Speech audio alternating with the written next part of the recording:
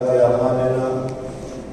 من يهد الله فلا مضل له ومن يضلل فلا هادي له ونشهد أن لا إله إلا الله وأشهد أن محمدا عبده ورسوله. إكمال الشيم شرح إتمام النعم ترجمہ تبویب الحکم. بسم اللہ الرحمن الرحیم. پہلا باب علم کے بیان ہے. علم فائدہ بخش وہی ہے جس کی شعاعیں سینہ اور دل میں پھیل جائے اور دل پر سے شکوک اور اوہام کے پردے اٹھا دے. مصنف رحمۃ اللہ تعالیٰ علیہ نے سب سے پہلا باب علم کا بتایا، اس وجہ سے کہ علم کے بغیر آدمی کو کچھ پتہ نہیں چلتا، معلوم نہیں ہوتا. علم کے بغیر نہ عمل کر سکتا ہے، علم کے بغیر نہ آگے بڑھ سکتا ہے. لیکن علم کہتے ہیں کس کو؟ مصنف رحمۃ اللہ تعالیٰ علیہ نے اس میں بتایا. اس وجہ سے کہ اس وقت ہم دنیا میں دیکھتے ہیں کہ کالجوں میں بھی تعلیم ہوتی ہے اور وہ بھی اس کو بھی علم سمجھا جاتا ہے اور بڑی ڈگریاں بھی ملتی ہیں، اور جو لوگ وہ وہاں پڑھے ہوئے ہیں وہ ایجوکیٹڈ ہیں، پڑھے لکھے ہوں، اور جو کالجوں میں یا یونیورسٹیوں میں نہیں پڑھے ہوئے ہیں اس کو عالم بھی نہیں کہا جاتا، ایجوکیٹڈ بھی نہیں کہا جاتا، بلکہ وہ ابھن اور جاہلوں میں اس کا شمار کیا جاتا ہے. مصنف رحمۃ اللہ علیہ فرماتے ہیں کہ بہت ساری کتابیں پڑھ لینا، بڑی بڑی کتابیں پڑھ لینا، بڑی بڑی ڈگریاں حاصل کر لینا، یہ علم کی علامت نہیں ہے. ہزاروں کتابیں پڑھ لو، اصل میں علم ایک اللہ تبارک و تعالیٰ کا نور ہے جو اللہ تبارک و تعالیٰ دل میں پیدا کر دیتا ہے. جب آدمی پڑھتا ہے تو پڑھنے کی وجہ سے دل میں نور پیدا ہو جاتا ہے، اور اس نور کے ذریعے سے کیا چیز ہمیں کرنی چاہیے اور کیا چیز ہمیں نہیں کرنی چاہیے، کون ہمارا محبوب ہے، کون ہمارا محسن ہے، کس کی بات ماننی چاہیے، کس کی بات ماننی چاہیے، کس کا کیا حق ہے، وہ سارا اس نور کے ذریعے سے بتا دیا جاتا ہے. جیسے مثلا آدمی ڈاکٹر بن جائے، آرکیٹیکٹ بن جائے، کچھ بھی بن جائے، لیکن اللہ کون ہے، اللہ کے احکامات کیا ہے، اللہ تبارک و تعالیٰ ہم سے کیا چاہتے ہیں، اللہ تبارک و تعالیٰ ہم سے کس قسم کی عبادت چاہتا ہے، کیسی عبادت چاہتا ہے، اس کو بھی کچھ نہیں معلوم ہوتا. یہ بھی نہیں بلکہ ماں کا حق کیا ہے، باپ کا حق کیا ہے، شوہر کا حق کیا ہے، بیوی کا حق کیا ہے، وہ بھی کسی جگہ پر بھی اس کو نہیں بتایا جاتا ہے. اس وجہ سے جس علم کے ذریعے سے مصنف رحمۃ اللہ علیہ فرماتے ہیں کہ جس کی شعاعیں دل میں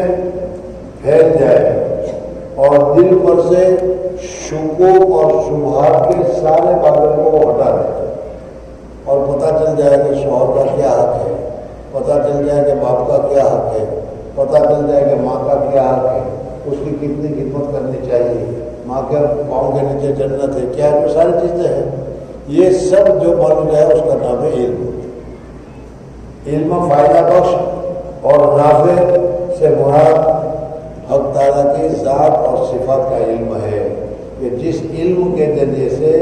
اللہ کا پتہ چلے، اللہ کا وجود معلوم ہو، اللہ تبارک و تعالیٰ کون ہے، کیا ہے، کیسے ہے، وہ ہم سے کیا چاہتے ہیں، یہ جو معلوم ہو وہ صحیح معنی میں علم ہے. اسی وجہ سے میں نے کہا کہ جو دین کا علم ہے کہ اس کے دین کے علم کے پڑھنے کی وجہ سے اللہ تبارک و تعالیٰ کی معرفت ہوتی ہے، رسول کون ہے وہ معلوم ہوتا ہے، رسول نے کیا کہا وہ معلوم ہوتا ہے، اللہ تبارک و تعالیٰ ہم سے کیا چاہتے ہیں، کیسے زندگی گزارنا چاہتے ہیں، وہ ساری چیزیں، وہ سارا علم دین کے علم میں ملتا ہے. اس وجہ سے دین کا جو عالم ہوگا صحیح معنی میں، حقیقی معنی میں وہ عالم کہا جائے گا. ان کے علاوہ دوسرے ہیں وہ تو روزی کمانے کے طریقے ہیں اور روزی کمانے کی چیزیں ہیں کہ اس طریقے سے کرو گے تو یوں روزی ملے گی اور اس طریقے سے کرو گے تو یہ روزی ملے گی۔ علم فائدہ بخش اور نافع سے مراد حق تعالیٰ کی ذات اور صفات کا علم ہے، اور نیز وہ علم ہے جس سے اس کی بندگی کی کیفیت معلوم ہو۔ اس علم کی مثال شمع یا چراغ کی سی ہے۔ شمع موم بتی یا چراغ لائٹ، اس کو اگر تم جلا دو تو اس لائٹ کے جلانے کی وجہ سے جو اندھیرا ہے وہ سارا اندھیرا ختم ہو جائے گا۔ جس جگہ پر تم بیٹھے ہو وہاں کون سی چیز تمہارے لیے مفید ہے، کون سی تمہارے لیے نقصان دہ ہے، کہاں سانپ ہے، کہاں بچھو ہے، کہاں پھول ہے، کہاں خوشبو ہے، وہ سارا کا سارا اس روشنی کے ذریعے سے پتہ چل جائے گا۔ تو اسی طریقے سے جس علم کے ذریعے سے دل میں نور پیدا ہو جائے اور اس نور کے ذریعے سے اللہ کی معرفت ہو جائے کہ اللہ تبارک و تعالیٰ نے ہم کو پیدا کیا ہے، وہی ساری چیزیں، وہی ساری نعمتیں ہمیں دے رہا ہے، اور وہ ہم سے اس طریقے سے زندگی گزارنا چاہتا ہے جس طریقے سے کیا ہے شریعت نے بتایا گیا ہے۔ اس علم کی مثال شمع یا چراغ کی سی ہے۔ جب کسی بندہ کے دل میں ڈالا جاتا ہے تو اس کی شعاع اور آواز سے اس بندے کا دل پور ہو جاتا ہے، اور تمام شک اور وہم خواہ متعلق دین کے ہو یا دنیا کے ظاہر ہو جاتے ہیں، اور ہر امر میں یقین اور حقیقت کے دروازے کھل جاتے ہیں۔ شہوت اور قدرت کی تاریکی اس کے دل سے دور ہو جاتی ہے، اور حقیقت علم جس کا نام ہے وہ یہی ہے۔ اور جس علم کی یہ شان اور یہ تاثیر نہ ہو کہ دل میں آنے کے بعد دل میں روشنی نہیں ہوتی، اور اس کے ذریعے سے محسن کون ہے، محسن کا ہم سے کیا چاہتا ہے، وہ کچھ معلوم نہیں ہوتا۔ جیسا کہ آج کل ہمارے یہاں کالج اور یونیورسٹیوں میں پڑھایا جاتا ہے اللہ تبارک و تعالیٰ کون ہے، کیا ہے، کس طریقے سے، اس کا کوئی طرح اسے پتہ نہیں ہوتا۔ وہ علم ہی نہیں ہے بلکہ وہ تو زبانی علم ہے۔ عمدہ علم وہ ہے جس کے ساتھ خوف خدا بھی موجود ہو۔ علم کے ساتھ جس میں اللہ تبارک و تعالیٰ کا ڈر معلوم ہو کہ میں یہ کروں گا تو اللہ تبارک و تعالیٰ ناراض ہو جائے گا، میں یہ نہیں کروں گا تو اللہ تبارک و تعالیٰ کی طرف سے مجھے تکلیف ہوگی، سزا دی جائے گی۔ تو جو علم کے جس میں اللہ تبارک و تعالیٰ کے ساتھ خوف بھی ہو وہ سب سے بہتر علم ہے، اس لیے کہ حق تعالیٰ کی عظمت اور جلال ہو جب علم کے ساتھ یہ صفت بھی ہو تو وہی سب سے بہتر علم ہے۔ اس لیے کہ حق تعالیٰ نے ایسے ہی علم اور ان کی اپنے کلام پاک میں تعریف فرمائی ہے۔ چنانچہ اللہ تبارک و تعالیٰ نے فرمایا کہ جو لوگ اپنے دل میں اللہ تبارک و تعالیٰ کے ساتھ محبت محسوس کرتے ہیں، کالج یا یونیورسٹی میں پڑھنے والا چاہے وہ 12 کلو یا آخری تک پہنچ جائے لیکن اس کے دل میں اللہ تبارک و تعالیٰ کے متعلق کچھ بھی معلوم نہیں ہوگا، بخلاف دینی تعلیم کے کہ دینی تعلیم میں پہلے دن سے یا تھوڑا سا بھی اگر وہ پڑھ لے گا تو اس پڑھنے کے بعد اس کے دل میں معلوم ہوگا کہ میرا ایک اللہ ہے، اس اللہ نے مجھے پیدا کیا ہے، وہ اللہ مجھ سے یہ چاہتا ہے اور مجھے اللہ کی عبادت کرنی چاہیے، اور دوسرے جانوروں کی عبادت یا پتھروں کی عبادت وغیرہ سے مجھے بچنا چاہیے۔ یہ ساری چیزیں اس کے دل میں آ جاتی ہیں۔ اس وجہ سے حقیقی معنی میں وہی علم ہے کہ وہ علم کے جس کے ذریعے سے اللہ کی معرفت ہو، اللہ تبارک و تعالیٰ خوف ہو، وہ صحیح معنی میں علم ہے۔ اور جس کے دل میں یہ علم آئے گا تو اس کے لیے اللہ تبارک و تعالیٰ نے قرآن پاک میں تعریف کی ہے، انما یخشی اللہ من عبادہ العلماء، کہ جو اللہ تبارک و تعالیٰ سے خوف کرتے ہیں، اللہ تبارک و تعالیٰ سے ڈرتے ہیں، وہ علماء ہی ہے، علماء ہی اللہ تبارک و تعالیٰ سے ڈرتے ہیں، یعنی اللہ سے اس کے بندوں میں سے علماء ہی ڈرتے ہیں۔ بس جس علم کے ساتھ خشیت یعنی خوف خدا نہ ہو وہ علم ہی نہیں۔ جس علم کے ساتھ اللہ تبارک و تعالیٰ کا ڈر دل میں پیدا ہو تو پھر وہ صحیح معنی میں علم ہے، لیکن جس علم سے دل میں اللہ کا ڈر پیدا نہ ہو تو وہ حقیقی معنی میں وہ علم ہی ہے ہی نہیں۔ ایسا شخص عالم حقانی نہیں ہے، بس علامت عالم کے خوف خدا ہے۔ اب کون عالم ہے اور کون عالم نہیں ہے، سرٹیفکیٹ میں سب کو مل جایا کرتا ہے، اسی وجہ سے ہمیں بعض مرتبہ یہ ہوتا ہے کہ بعض پڑھے لکھے آدمی بھی کوئی غلط کام کر لیتے ہیں، ہم کہتے ہیں کہ پڑھا ہوا ہے پھر بھی ایسی بات کر رہا ہے وہ اس وجہ سے کہ پڑھا تو ہے لیکن علم کا نور جو دل میں آنا چاہیے وہ اس کے دل میں ابھی تک پیدا نہیں ہوا۔ الفاظ آ گئے تو الفاظ کا نام علم نہیں ہے، بلکہ علم کا اللہ تبارک و تعالیٰ کا خوف ہے، اللہ تبارک و تعالیٰ کا ڈر ہے۔ اس وجہ سے خوف خدا کی علامت، اب کس کے دل میں اللہ تبارک و تعالیٰ کا خوف ہے اور کس کے دل میں اللہ تعالیٰ کا خوف نہیں ہے، اس کے لیے آگے بتا رہے ہیں۔ تو ابھی تک یہ بتایا کہ علم کسے کہتے ہیں۔ علم وہ ہے کہ جس سے اللہ تبارک و تعالیٰ کی معرفت پہچان ہو۔ علم کے ذریعے سے دل میں ایک روشنی اور نور پیدا ہوتا ہے اور دل میں جتنے شک شبہ گنجائش وغیرہ ہوتی ہے وہ سب ختم ہو جاتی ہے اور ایک چیز معلوم ہو جاتی ہے جس کی مثال ابھی بتائی کہ لائٹ جلا دو تو لائٹ جلانے کے بعد گھر میں اندھیرا ہوتا ہے وہ سارا ختم ہو جاتا ہے اور کیا چیز مفید ہے کیا چیز مضر ہے وہ ساری اس کے سامنے آ جاتی ہے۔ اس سلسلے میں بتایا کہ جس علم کے ذریعے سے دل میں اللہ تبارک و تعالیٰ خوف ہو وہ صحیح معنی میں علم ہے۔ تو جس کے دل میں اللہ تبارک و تعالیٰ کا خوف ہوگا، جو اللہ تبارک و تعالیٰ سے ڈرتا ہوگا، جو اللہ تبارک و تعالیٰ کی بات کو مانتا ہوگا، وہ آدمی عالم قرار دیا جائے گا۔ اور جس کے دل میں اللہ تبارک و تعالیٰ کا خوف نہ ہو،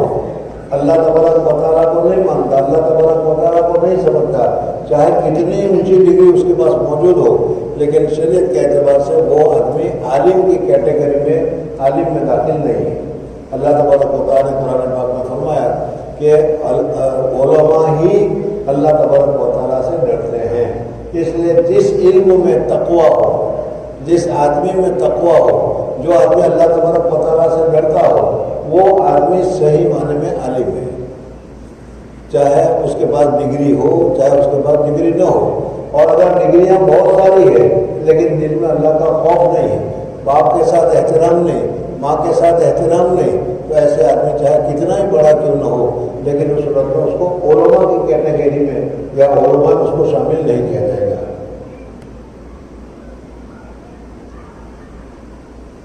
اگر اتباع شریعت نہیں ہے تو سمجھ لو کہ خوف خدا بھی نہیں ہے۔ اب اگر آدمی وہ اللہ تبارک و تعالیٰ کے احکامات کی پابندی کرتا ہے، وہ نماز پڑھتا ہے، روزے رکھتا ہے، اتباع شریعت کرتا ہے، تو گویا کہ اللہ تبارک و تعالیٰ کا دل میں خوف ہے، اسی وجہ سے نماز پڑھ رہا ہے، اسی وجہ سے روزہ رکھتا ہے۔ لیکن اگر وہ نماز بھی نہیں پڑھتا، روزہ بھی نہیں رکھتا، حافظ صاحب بھی ہے، مولانا صاحب بھی ہے، لیکن جب وہ اللہ کا کیا ہے اللہ کا خوف ہی نہیں ہے اس کے دل میں، تو چاہے وہ قرآن پڑھا ہوا ہو، قرآن حفظ ہو، لیکن قرآن حفظ ہونے کے باوجود اس کو علماء کی کیٹیگری میں علماء کی لائن میں اس کو نہیں سمجھا جائے گا۔ اگر اتباع شریعت نہیں ہے تو سمجھ لو کہ خوف خدا بھی نہیں ہے۔ اور جس علم کے ساتھ دنیا کی رغبت ہو، ہے مولوی ہے، عالم ہے، بڑا ہے، لیکن دنیا کے پیچھے پڑا ہوا ہے، تو ایسا آدمی حقیقی معنی میں عالم نہیں ہے۔ اس لیے کہ عالم ہونے کے بعد دنیا کی حقیقت تو اس کے سامنے آ جائے گی کہ جو کچھ ہے وہ تو تھوڑے دنوں کے لیے ہے، صحیح مالک کی اور صحیح چیز جو ہے وہ تو قیامت کے بعد ہے، تو جو ہمیشہ کے لیے اس کے فائدے کے کام کرے گا وہ اب اس فائدے کا تو وہ کام نہیں کرتا، بلکہ دنیا حاصل کرنے کے لیے کام کر رہا ہے اور دنیا کے پیچھے وہ پڑا ہوا ہے۔ دنیا کمانے ہی میں توجہ ہو اور تکبر اور بڑی بڑی تمنائیں آرزوئیں میں ہو اور آخرت سے غفلت ہو، ایسا علم نہیں اور ایسا عالم انبیاء کے وارثوں میں شمار نہیں ہے۔ تو انبیاء کے وارثوں میں علماء ورثۃ الانبیاء حدیث میں آتا ہے کہ علماء نبیوں کے وارث ہیں۔ نبی مال دولت کو چھوڑ کر نہیں جاتا، بلکہ نبی کا علم اور معرفت کو چھوڑ کر جاتا ہے۔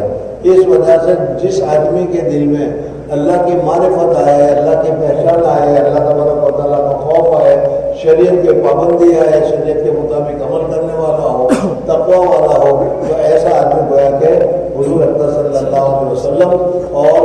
انبیاء کا گویا کہ وہ وارث ہے، اور انبیاء جو چیز جو مال جو چیز لے کر آئے تھے اس کا اس نے حق حاصل کیا ہے اور اس کو اس نے دیا ہے۔ علم کے ساتھ اگر تجھ کو خوف خدا بھی ہو، علم کے ساتھ اگر خوف خدا بھی ہو تو وہ علم تمہارے لیے نفع بخش ہے۔ لیکن علم تو ہے، لیکن علم کے ساتھ اللہ کا خوف نہیں ہے، تو چاہے وہ کتنا ہی بڑا عہدے دار کیوں نہ ہو، کتنا ہی بڑا سرٹیفکیٹ والا کیوں نہ ہو، لیکن اس کے علم سے نہ خود اس کو فائدہ پہنچے گا نہ دوسروں کو فائدہ پہنچے گا۔ اس وجہ سے علم کے ساتھ اگر تجھ کو خوف خدا بھی ہو تو وہ تجھ کو فائدہ بخش ہے، ورنہ وہ تیرے لیے ضرر رسا ہے۔ علم ہے لیکن خوف خدا نہیں ہے، تو یہ علم تم کو فائدہ نہیں پہنچائے گا بلکہ نقصان پہنچائے گا۔ اس وجہ سے کہ جو کام تم کرو گے وہ اللہ کو ناراض کرنے کے لیے کرو گے۔ علم ہونے کی وجہ سے اب تم پیسے کمانے کے لیے لگ جاؤ گے، کس طریقے سے پیسے ملتے ہیں، کس طریقے سے پیسے حاصل کیے جاتے ہیں، کس طریقے سے عہدہ کمایا جاتا ہے، کس طریقے سے بڑا بنایا جاتا ہے، یہ سارے راستے تمہیں معلوم ہیں اور اس پر تم عمل کر کے اس لائن پر چلے جا رہے ہو، تو اس کے ذریعے سے دنیا تو تمہیں مل جائے گی، دنیا کا تو کچھ حصہ ملے گا، لیکن اللہ تبارک و تعالیٰ کی معرفت حاصل نہیں ہوگی۔ علم کے ساتھ اگر تجھ کو خوف خدا بھی ہو تو وہ تجھ کو فائدہ بخش ہے، ورنہ وہ تیرے لیے نقصان رسا ہے۔ جس علم کے ساتھ خوف خدا ہو کہ جس کی حقیقت اوپر بیان ہو چکے ہے، ایسا علم دنیا اور آخرت میں نفع مند ہے، اور جس علم کے ساتھ یہ صفت نہ ہو وہ دنیا اور آخرت دونوں میں مضر ہے۔ اور علماء حقانی اور غیر حقانی میں یہی فرق ہے۔ مولانا فرماتے ہیں کہ علماء کی دو قسمیں ہیں، ایک کو تو کہا جاتا ہے علماء حقانی اور دوسرے کو کہا جاتا ہے علماء غیر حقانی، یا آسان لفظوں میں اگر کہو تو ایک جو ہے علماء آخرت، یعنی اللہ کے سامنے بھی ان کا درجہ علماء کا ہے، عالم کا ہے، اور ایک ہے علماء دنیا، جس کے دنیا کے اعتبار سے تو لوگ اس کو جمعہ یا کیا ہے امامہ وغیرہ کے ذریعے سے سمجھ جاتے ہیں کہ مولانا صاحب ہے، لیکن اندر کے اخلاق کے اعتبار سے، دین کے اعتبار سے اس کے پاس کچھ بھی نہیں ہوتا۔ ایسا علماء آخرت نہیں ہے، یہ علماء دنیا ہے، اور یہ علماء دنیا جو ہے جو حقیقی معنی میں عالم نہیں ہے لیکن ایک بناوٹی عالم ہے، یہ دنیا میں بہت ہی زیادہ نقصان پہنچاتا ہے۔ ایک حدیث میں آتا ہے کہ تحت ادیم السما، آسمان کے نیچے اگر کوئی علماء دین ہے، آخرت کا عالم ہے اور علماء حقانی ہے، چاہے اس کے پاس سند کم ہے، چاہے اس کے پاس وسیلے کم ہے، لیکن اس کے ذریعے سے لوگوں کو بہت فائدہ پہنچتا ہے۔ اور دوسرا بہت بڑا عالم ہے لیکن تقویٰ نہیں ہے، پریشانی نہیں ہے، اللہ تبارک و تعالیٰ کا ڈر نہیں ہے، دنیا کے ساتھ محبت ہے، دنیا کے ساتھ تعلق ہے، دنیا کو حاصل کرنے کے جتنے راستے ہیں وہ سارے راستے اسے معلوم ہے اور اس راستے سے وہ دنیا حاصل کرتا ہے، تو یہ علماء حقانی میں داخل نہیں ہے، یہ علماء سوء میں داخل ہے، علماء دنیا داری میں داخل ہے، اور ایسے آدمی کو اللہ تبارک و تعالیٰ کے یہاں کوئی فائدہ نہیں ہوگا بلکہ بہت زیادہ نقصان ہوگا۔ اور علماء حقانی اور غیر حقانی میں فرق ہے۔ علماء حقانی خوف خدا کی صفت لیے ہوئے ہوتے ہیں، اور علماء دنیا خدا سے نڈر اور اپنے علم پر مغرور اور متکبر ہوتے ہیں۔ یہ جو دنیا دار جو عالم ہوتے ہیں یہ نہیں کہ اپنے علم کو نہیں مانتے، بلکہ ہے میرے پاس تو یہ ڈگری ہے، میں تو اتنا بڑا عالم ہوں، میں تو یہ کرتا ہوں، یہ پڑھاتا ہوں، یہ کرتا ہوں، تو اس قسم کے اپنے علم پر تکبر کرتا ہے۔ تکبر کرنے کی وجہ سے وہ اللہ تبارک و تعالیٰ کے دربار میں اس کا مقام نہیں ہے بلکہ دنیا داروں میں ہے۔ اس وجہ سے ہمیشہ آدمی کو علماء آخرت میں، ہمیشہ آدمی کو علماء خیر میں، ہمیشہ آدمی کو اللہ تبارک و تعالیٰ کے پسندیدہ بندوں میں شمار ہونا چاہیے اور ایسا کام کرنا چاہیے۔ تو اس وجہ سے یہ بتایا کہ علم حاصل کرنے کے سلسلے میں جب تم علم حاصل کر رہے ہو تو دیکھو کہ اس علم سے جو تم حاصل کر رہے ہو تمہیں کیا فائدہ پہنچ رہا ہے۔ اللہ تبارک و تعالیٰ کی محبت، اللہ تبارک و تعالیٰ کی معرفت، اللہ تبارک و تعالیٰ کی پہچان، یا اللہ تم سے کیا چاہتے ہیں، کیوں اللہ تعالیٰ نے تم کو پیدا کیا، اور تم دنیا میں پیدا کر کے کیا کام کرو۔ اللہ تبارک و تعالیٰ نے جس کام کے لیے، جس مقصد کے لیے تم کو بتایا تھا، وما خلقت الجن والانس الا لیعبدون، قرآن پاک میں ہے کہ میں نے انسان اور جناتوں کو اپنی عبادت کے لیے پیدا کیا۔ تو اگر تم دنیا میں رہ کر اب اللہ کی عبادت کرتے ہو، اللہ سے ڈرتے ہو، لوگوں کو اللہ کی طرف بلاتے ہو، لوگوں کو اللہ کے نافرمانی کرنے سے ڈراتے ہو اور خود بھی ڈرتے ہو، تو یہ تمہارا علم تمہارے لیے نافع ہے۔ اللہ تبارک و تعالیٰ کے یہاں تمہارا بہت ہی اونچا درجہ ہے۔ قرآن پاک میں بھی اللہ تبارک و تعالیٰ نے فرمایا کہ یکش اللہ من عبادہ العلماء، اللہ کے علماء ہی حقیقی معنی میں اللہ تبارک و تعالیٰ سے ڈرنے والے ہیں۔ اور ایسے آدمی کو اللہ حضور اکرم صلی اللہ علیہ وسلم نے اپنا وارث قرار دیا ہے کہ یہ علماء دین، اور یہ دین کے کیا ہے، وارث ہے۔ باقی دین کا علم ہے، کتابیں بھی بہت پڑھی ہے اور بڑی بڑی کتابیں بھی پڑھا رہا ہے، لیکن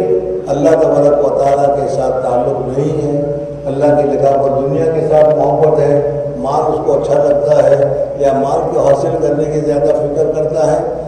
اور تکبر ہے، اپنے میں بہت بڑا عالم یہ کہہ رہا ہے۔ تو پھر ایسے وقت میں ایسے آدمی سے بچنا چاہیے، ایسے آدمی سے تمہیں دین کا فائدہ نہیں ہوگا، اللہ تبارک و تعالیٰ کی معرفت حاصل نہیں ہوگی، اللہ تبارک و تعالیٰ کی محبت حاصل نہیں ہوگی، بلکہ اللہ تبارک و تعالیٰ سے کیا ہے، وہ دور لے جانے والا ہوگا۔ علماء حقانی اور غیر، جس علم کے ساتھ یہ صفت نہ ہو وہ دنیا اور آخرت دونوں میں نقصان دہ ہے۔ اور علماء حقانی اور غیر حقانی میں بھی فرق ہے۔ علماء حقانی خوف خدا کی صفت لیے ہوئے ہوتے ہیں، ان کے دلوں میں اللہ تبارک و تعالیٰ کا ڈر ہوتا ہے، گناہ کرتے ہوئے ڈرتے ہیں، اور اگر خدا نہ کرتا کبھی گناہ ہو بھی جائے تو فوراً توبہ کرتے ہیں، اس راستے کو وہ چھوڑ دیتے ہیں۔ اور علماء دنیا خدا سے نڈر ہوتے ہیں، اللہ کا کوئی خوف نہیں، رسول کا کوئی خوف نہیں، بلکہ نڈر ہوتے ہیں اور اپنے علم پر مغرور ہوتے ہیں، اور تکبر کرنے والے متکبر ہوتے ہیں۔ اس وجہ سے حقیقی علم کون، عالم کون اور غیر عالم کون، علماء آخرت میں کس کا درجہ ہے اور علماء آخرت میں کس کا درجہ نہیں ہے، اس کو آج کے سبق میں حضرات کے سامنے بتایا گیا۔ اللہ تبارک و تعالیٰ مجھے اور آپ حضرات کو صحیح معنی میں علم حاصل کرنے والا اور حضور اکرم صلی اللہ علیہ وسلم کا سچا وارث علماء خیر میں سے بنائے، اور اللہ تبارک و تعالیٰ ہماری آخرت کو درست فرمائے اور ہمیں صحیح راستہ نصیب فرمائے۔ دوسرا باب توبہ کے بیان میں ہے۔ قلب کیوں کر منور ہو سکتا ہے، اور حال یہ ہے کہ اگیار موجودہ کی صورتیں اس کے آئینے میں منقش ہو، بلکہ خدا کی طرف کیوں کر سیر کر سکتا ہے، حالانکہ بھی وہ اپنے شہوات نفسانیہ کی قید میں مقید ہو، بلکہ خدا تعالیٰ کی بارگاہ عالی میں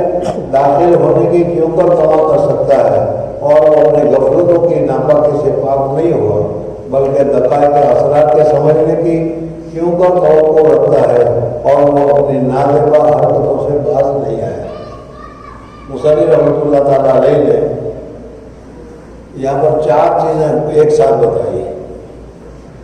اللہ تبارک و تعالیٰ کی محبت تم حاصل کرنا چاہتا، ہر ایک آدمی چاہتا ہے کہ مجھے اللہ تبارک و تعالیٰ کی محبت مل جائے، میں اللہ تبارک و تعالیٰ کا محبوب بن جاؤں، میں اللہ تبارک و تعالیٰ کا مخصوص بندہ بن جاؤں، چاہتے تو ہر ایک آدمی یہ ہے، لیکن ان کو اللہ تبارک و تعالیٰ کی معرفت اور اللہ تبارک و تعالیٰ کی محبت حاصل نہیں ہوتی۔ کیوں نہیں ہوتی؟ اس کی چار وجہ تمہارے سامنے ذکر کی گئی۔ پہلی بات یہ بتائی کہ دل منور کیسے ہو سکتا ہے۔ دل کے منور ہونے کے لیے سب سے پہلے ضروری ہے کہ دل میں جو دوسرے باطل خیالات، جو باطل تصورات، جو باطل آئیڈیاز جو دل میں ہے، سب سے پہلے اس کو نکال کر دل کو صاف کرنا پڑے گا۔ جب تک دل میں برے برے خیالات، شہوت کے خیالات، مال کے خیالات، دنیا کے خیالات، جب تک یہ ہے اللہ تبارک و تعالیٰ کی محبت اس میں داخل نہیں ہو سکتی۔ آپ حضرت جانتے ہیں کہ کوئی بڑا آدمی ہو، بڑا مہمان ہو تمہارے یہاں، اس کو اگر تمہارے یہاں ٹھہرانا ہو، تمہارے یہاں لانا ہو، تو اس کے لیے سب سے پہلے تمہیں انتظام کرنا پڑے گا، اس کے رہنے کے لیے، بیٹھنے کے لیے، کھانے کے لیے، پینے کے لیے، آرام کرنے کے لیے۔ اور جس جگہ پر تم اس کے لیے انتظام کرو گے وہاں پر تکلیف دینے والی جو چیزیں ہوگی وہ سب کے سب پہلے اس کو نکالنی پڑے گی۔ مچھر ہے اس کو نکالنا پڑے گا، کٹمل ہے اس کو نکالنا پڑے گا، چوہے ہیں اس کو نکالنا پڑے گا، اور اس جگہ کو صاف کرنی پڑے گی، تب وہ آگے آ سکتا ہے، ورنہ ایسی جگہ پر آئے گا وہ آئے گا ہی نہیں کہ جہاں پر چیزیں ہوں۔ تو اسی طریقے سے ہمارا جو یہ دل ہے، یہ دل بہت ہی نرم ہے، بہت ہی نازک ہے، اور اس میں ہم اللہ تبارک و تعالیٰ کا جو سب سے اعلیٰ، سب سے اونچا، سب سے بڑھتر اور سب سے اعلیٰ پروردگار ہے، اس کو ہم اپنے دل میں لانا چاہتے ہیں۔ ہندوستان کے، پاکستان کے، یا کیا کہتے ہیں یہ پاناما کا پریزیڈنٹ ہو، اس کو تم اپنے گھر میں لانا چاہتے ہو تو کیا کرنا پڑتا ہے؟ تو یہ تو اللہ تبارک و تعالیٰ کی محبت اور اللہ تبارک و تعالیٰ کے تم کو اپنے دل میں لانا چاہتے ہو تو بہت ہی اونچی ذات ہے۔ اب اس دل میں کیسے آئے گا کہ جس دل میں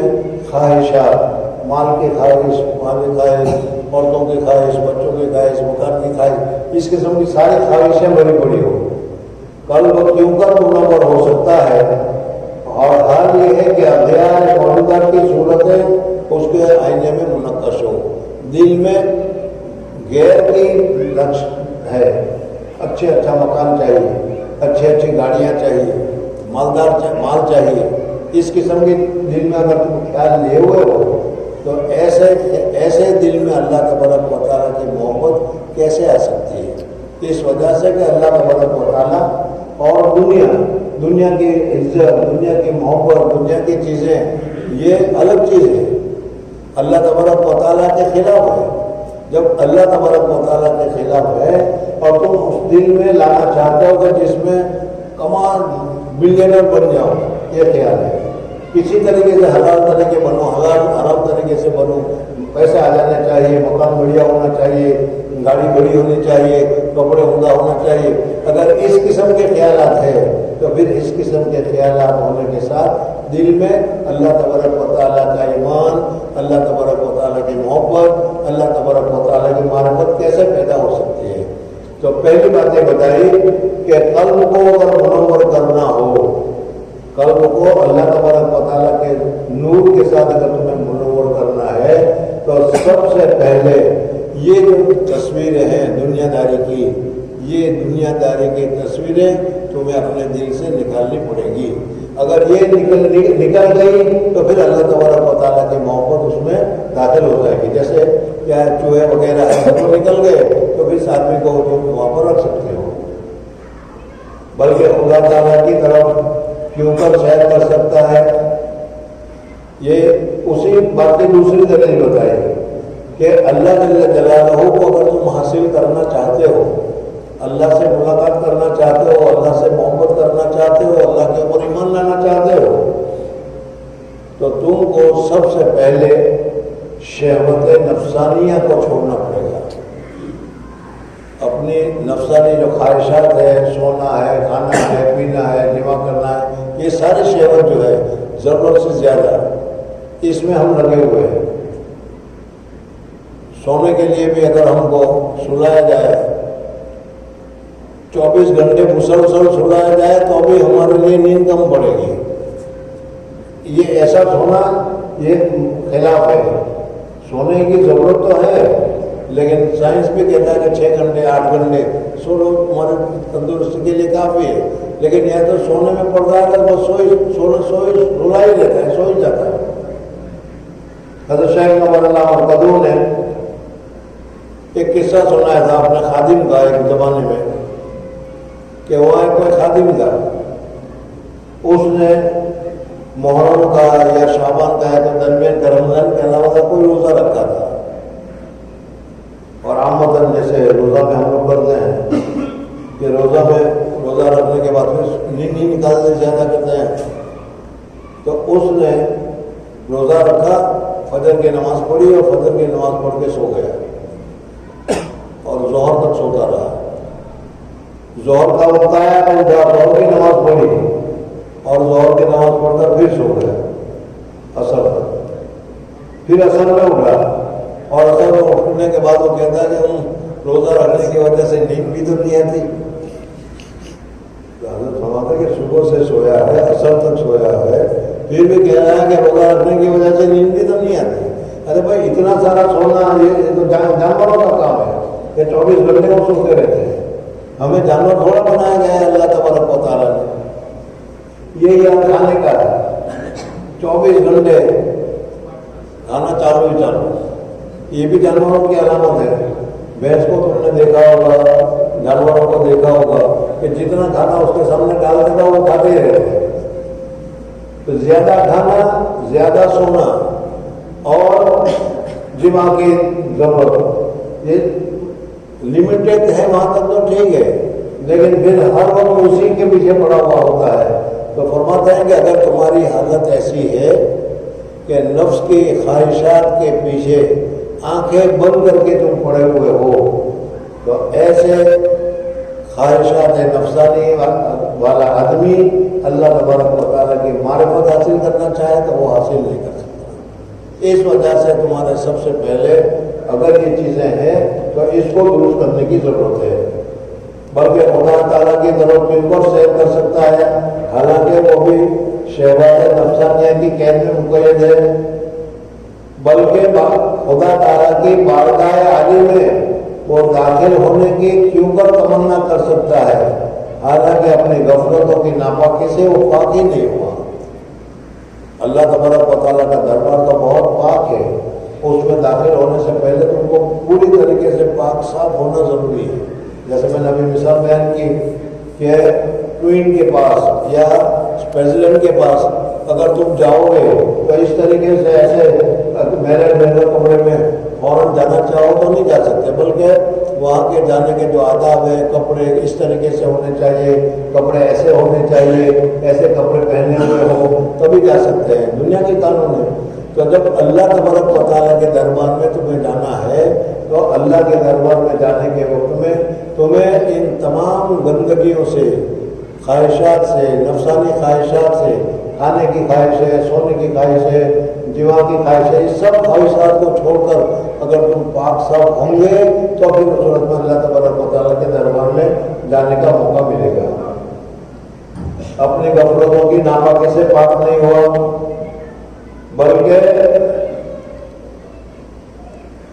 اللہ تبارک و تعالیٰ کے یہاں کے جو باریک وید ہیں, نماز میں کس طریقے سے خشوع آئے گا, روزہ کس طریقے سے اچھا روزہ قرار دیا جائے گا, جیسے تعلیم میں سنتے ہو, ان چیز کو حاصل کرنے کے لیے بہت ساری چیزیں تم کو اختیار کرنی پڑے گی, تب جا کر تم اس طریقے سے کیا ہے کر سکو گے. تو اس وجہ سے کہا کہ دقائق کے اسرار کے سمجھنے کی کیونکہ تو توقع رکھتا ہے وہ اپنی نازیبہ حرکتوں سے باہر نہیں آیا. خلاصہ یہ ہے کہ جب کہ دل کے آئینے میں دنیا اور دنیا کی چیزیں, دل کے آئینے میں جب دنیا اور دنیا کی چیزیں کیا ہے, مال, دولت, آبرو, اپنی پوزیشن, اولاد, جائیداد, خیالات, بیہودہ آرزویں, یوں ہوگا تو میں یوں کر لوں گا اور یہ کر لوں گا, ایسا کرنے کا ارادہ ہے, ایسا مکان بنانے کا ارادہ ہے, ایسی گاڑی لینے کی ارادہ ہے, وہ سیکچولی والی بات ہے, آرزویں. اور باطل تمنا ہے جب گھسی ہوئی ہو, تو جب تک یہ چیزیں تمہارے دل سے نہیں نکلے گی اللہ تبارک و تعالیٰ کی معرفت اور اللہ کی محبت نہیں آئے گی. باطل تمنائیں گھسی ہوئی ہو تو ایسا دل کیسے روشن ہو سکتا ہے جب ان چیزوں کی تاریکی دل سے دور ہو, اس وقت دل میں نور کا گزر ہوگا. اس لیے یہ چیزیں جو ہے مال, دولت, آبرو, اولاد, جائیداد, خیالات, بیہودہ آرزوئیں اور باطل تمنائیں, یہ سب سے پہلے تم کو اپنے دلوں سے نکالنی پڑے گی. اور جو دل خواہشات نفسانیہ کے زنجیر میں پڑا ہوا ہو, خواہشات نفسانیہ, کھانا پینا سونا وغیرہ,